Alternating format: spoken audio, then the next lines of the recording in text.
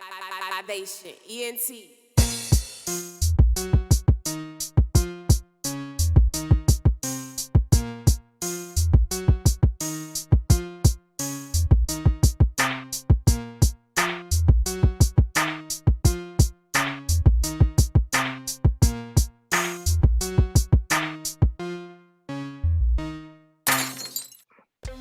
How you doing, man? What's the vibe, man? So do you think, like, we're dealing with a lot of sickness out here.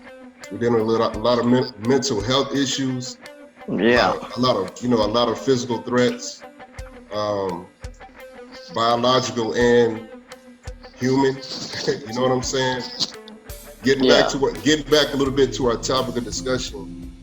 How do you feel like music can help some of these things, some of these situations? Well, music can help you in the mental, but in the physical, I don't know.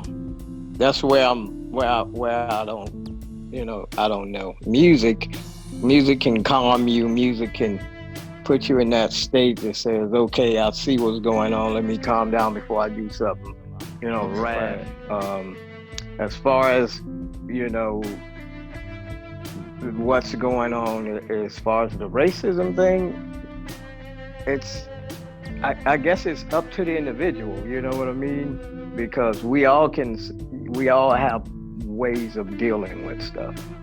Some of us deal with it mentally. Okay. Some of us deal with it physically. And Okay. when I say physically, words can hurt just as much as this can hurt. So, okay. And that's my take on it. All right, appreciate that, man. Thanks for joining in as always. KY, you there? I saw you earlier. Peace and blessings. I'm here. How's everybody? What's up? Oh, we doing blessed. We blessed, bro. Glad you can make it. Hey, just moving kind of quick. You want to add on to what he was saying about music being an antidote or a vaccine, I should say, for the disease of racism? It won't be. Music is not going to be a solution. Music is an add to, but as far as the true solution of anything, without it being communicated between verbal, as we sitting down talking and coming up with a positive solution, music is just going to be music. Music is universal. Everybody has their own music in their line, which does for them vibrating. So it may add to something, but it's not the full solution to any racism, because you can play music that'll start racism. You play some music that want to kill the violence in anything sense, but the true revelation of anything comes from the matter of conversation, of you and I versa. You know what I'm saying? So we can't solve racism with just music. It has to be musically spoken. You see what I'm saying? Whatever the harmony is in your heart, and you speak it, becomes the music for everybody to hear. That's the music, if we're going to get into the science of everything in that matter. What we speak and flow mathematically is our music to the world. So that's my intake on that. All right, bet. And if everybody don't know, man, that's our resident superhero down there. You know what I'm saying? I'm guaranteed he will change it to his suit in a minute. But yeah, thanks, KYs, man. We about to have some fun today. Who else we got in the room? We got our Hip Hop Inquirer, Intermix Radio DJ / host. I heard she was on the red carpet the other day. Shy, what's going on with you? What's up, Strong? Wagwan, everybody. How y'all doing? What Can up, y'all Shy? hear me? Yeah, we hear you. What's the vibe, Shy? What's happening out there? Man, I guess everybody is, doing well today. First and foremost, happy Father's Day to all the fathers on the panel. Thank you. Big up yourself. Black fathers matter. Hey, 1 second. Oh, that's my dad. I just shushed him. Father's Day. That's not right, Shy. Come on, he got to have at least one day, Shy. Leave him alone. You know what I'm saying? No, I'm sorry, y'all. But seriously, I hope that everybody had a good Juneteenth and everybody's having a great Father's Day. And the vibe, though, I think is really like, man, it's crazy out here. I think it's crazy out here. Yeah, it's definitely crazy. And, that's why I brought up the point about music, because, we know there's gonna, just like, you gotta eat healthy, you gotta have multiple vitamins and different minerals to stay healthy. And I think music is a key ingredient right now, especially because if you ever look, I did some research about some of the musicians that were bringing a real positive message, they always seem to come to some kind of deadly demise. You know what I'm saying? By the hands of others. And I just feel like that's really sad when you have artists like Bob Marley, for example. He definitely spoke of peace and all the injustices in the world. And his death to me is still a mystery. You know what I mean? Just people like that, man, it goes unsaid about the atrocities that people do to other people because they bring a positive and a good message. And I think, music definitely transcends genre, all the color barriers, you know what I'm saying? Age groups, demographics, it doesn't matter. Music speaks to everybody as long as it's good music. Even bad music speaks to the people who are receptive to that. You know what I'm saying? Like I said earlier, music can incite a riot. Music can influence racism. You know what I'm saying? So with that being said, I'm just gonna kind of open it up. Whoever want to add on, please add on. I'm gonna sit back and shut up and watch the show. Can I add on to that, Strong? I'm gonna quote what K. Wise was saying as far as dealing with self in conversation. Yes, that's true. But my view on it is music is therapy for me. Everybody don't have the same train of thought or the same understanding. But if I'm pissed off and I see what's going on television, on the news, I'll put on some Marvin Gaye, put on some Bob Marley, like you said, it'll calm me down. Now, if I want to get in the zone, like say I'm going to a protest tomorrow, I'm putting on PE, Fight the Power, Black Cop, KRS-One, just certain music. It helps drive you or it helps calm you down. Like I said, music is therapy to certain people. And I know how to maintain myself, so I don't let it get out of control.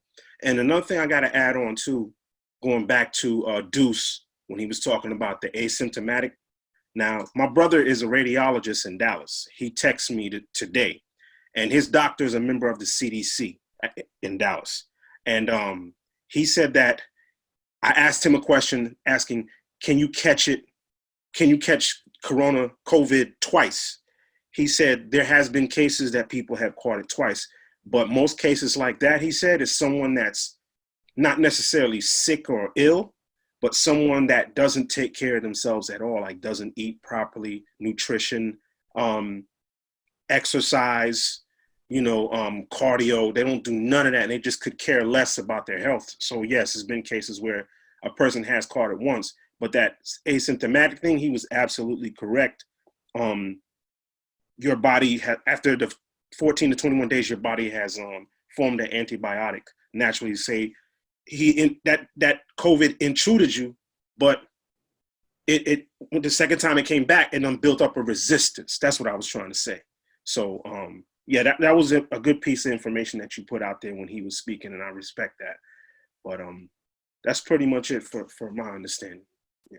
Man, I was really surprised to my ex-wife sent me a email yesterday showing D.L. Hughley passing out on stage, and turned out when he went to the hospital, he found out that he was, I guess asymptomatic or had some kind of something to do with COVID, and I was like, man, this thing is everywhere, man. So I'm really, really surprised about that happening, to someone that's in our age group that we can easily relate to, But going back to the topic, I think that the 60s was like some of the, if not the most prolific time in civil rights, political, and music history. Some of the most astounding music I've ever heard came out during the last few years of the 60s, when Martin Luther King, Malcolm X, Kennedy, all these guys were assassinated. Here comes Sly and the Family Stone. Here comes the Isley Brothers. All these people with music of real significance. They wasn't just singing la-di-da-di and all that stuff. It they were singing songs that really moved me, that really had a message in it, you know? So here we are, we come full circle, you know, and, you know, what I think we need is strong leadership right now. And just like with strong leadership, I think music should hold a prominent place in these times of change. But I mean, I don't know if I'm not listening to the radio enough or I'm not listening to the right things, but back in the days, you know, I've listened to the music since the 60s, 70s, 80s, 90s, and beyond. I work with the major record label. You know, I've always had my ears tuned to music. If I didn't go looking for music, music came looking for me. But as of right now, I haven't heard anything like a Fight the Power or a What's Going On or anything. So I don't know what's happening there. You know, I am concerned, but I sure hope some people step up to take their place as strong leaders in our community. And I sure hope to hear some strong, moving music come up and find me if I don't find it first. Politics as usual. That's where you got to look. I was about to say, Strong, you haven't put my man on to your catalog, man. What's going on? Oh, I know Strong's got stuff. But what's everybody else doing? Well, the reason we don't hear it, LA, is because the industry don't want us to get it. You know what I'm saying? Right. Oh, See, we with just the hip-hop music, they have dumbed us down, you know what I'm saying, to the point where, but that's what they want. They want our youngsters growing up listening to this music that's all chaotic, that you're drinking and smoking drugs, and that's all it is about. It has no message in it, has no content to it, you know what I'm saying? But that's what the industry is putting out there for us. right. You know? And that's what they're promoting, and they're not, you know, promoting the positive music. That we're not going to hear about that. Those are going to be the people that, you know, the videos that don't get watched.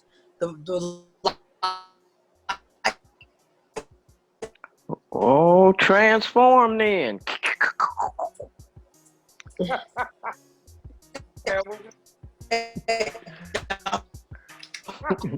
All right, CC, you're gonna have to get some new batteries in your toy phone you got. It's not working. CC and disguise. But no. Add on to that. Hold on. Go ahead. Hold on, Ham, because I know. Hey, CC, I'm gonna put you on mute till we get you straight. Everybody else. Oh, I can't even mute her. Her AI has taken over. And that does sound a lot like all right, man. So at the end of the day, it's out there. Yeah. What do you think?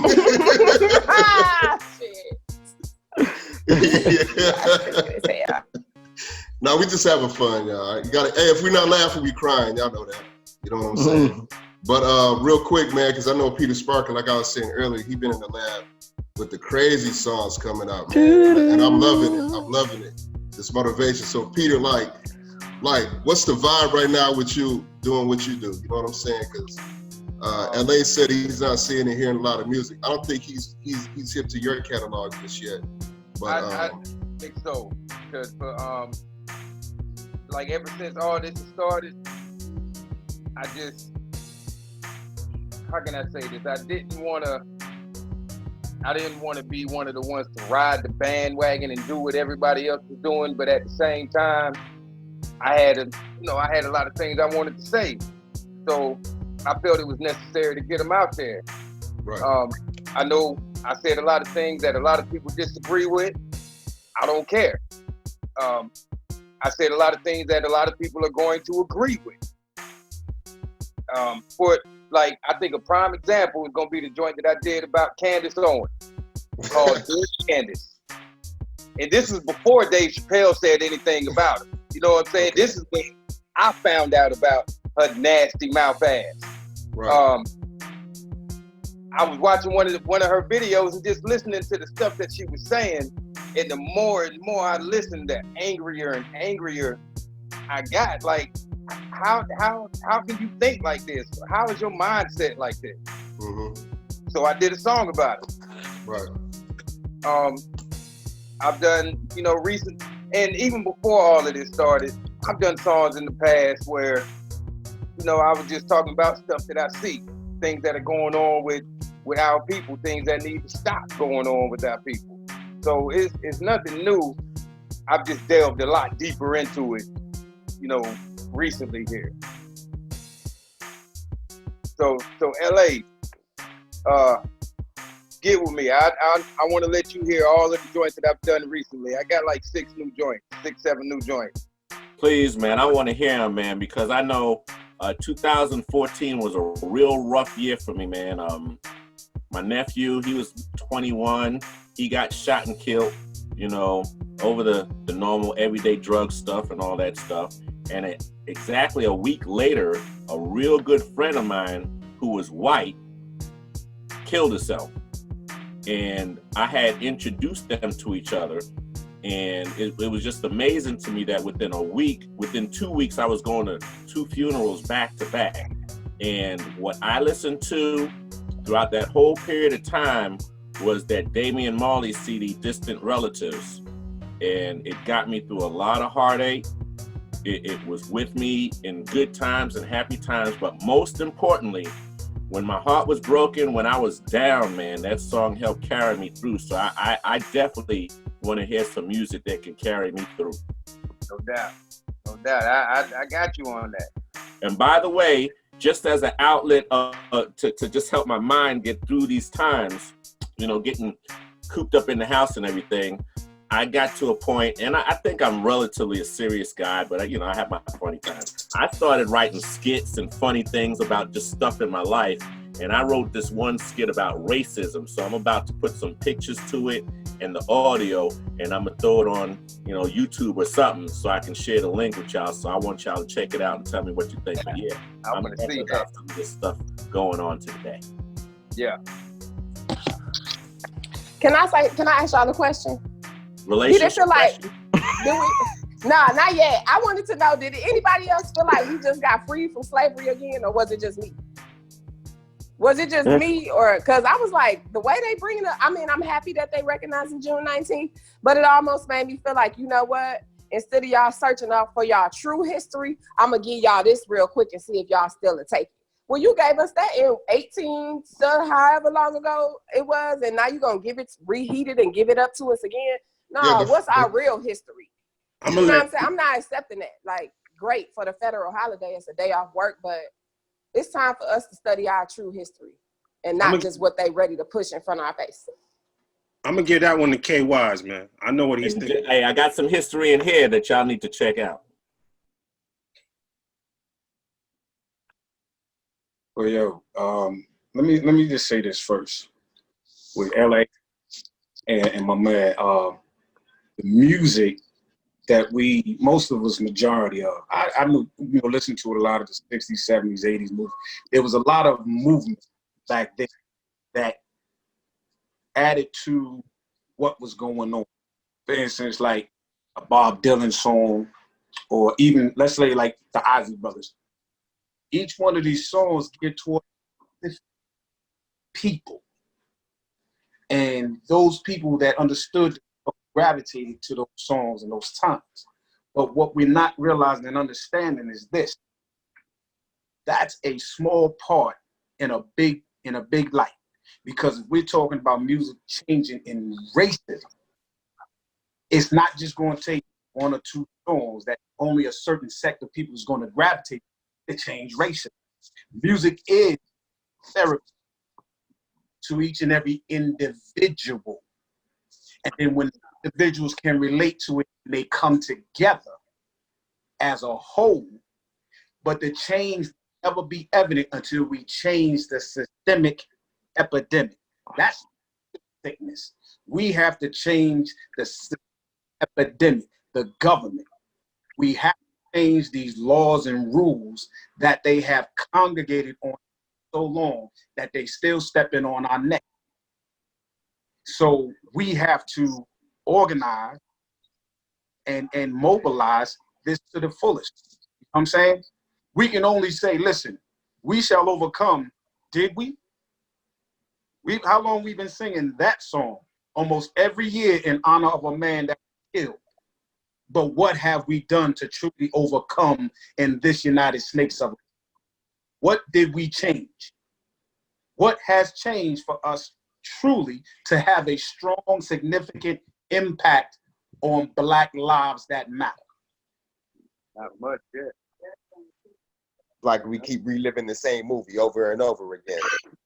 Yep. So when is enough enough? Because we keep in the same song, but ain't nobody doing nothing. It's a continuing cycle. Like you just brought it up. Enough is enough. We need to change the record, period. Mm-hmm. We're conditioned, KYs. You got to realize that a lot of us are conditioned and don't want to change these ways or habits. But this movement, global movement now, has gotten us awakened, our antennas sticking up again. People within this panel who individually study on their own, we know we've always been thinking on action. But we're now starting to see people that have never been involved before active. You know what I'm saying? So that's one step in the right direction. But it's for us to continue pushing ourselves as well as other people to, come on, we got to do something about this. We got to vote. We got to get this man out of office. We got to get this chief of police out of gear. You know, that's once we start doing that and pushing for that mode, then everybody else will follow. I'm shocked. Like I told you last week, I got white people running next to me with their fist out, you know, and they serious, just as mad as I am. That's a rare scene for me. I never saw that before now. So it varies in different ways. You know what I mean? This music that needs to be televised. Not just the music that we hearing or saying we adding to it to a specific moment, but the true music is within the individuals to come together. What happened with George Floyd that sparked caused a lot of changes? That's music, because we're taking steps toward a specific goal to make changes here.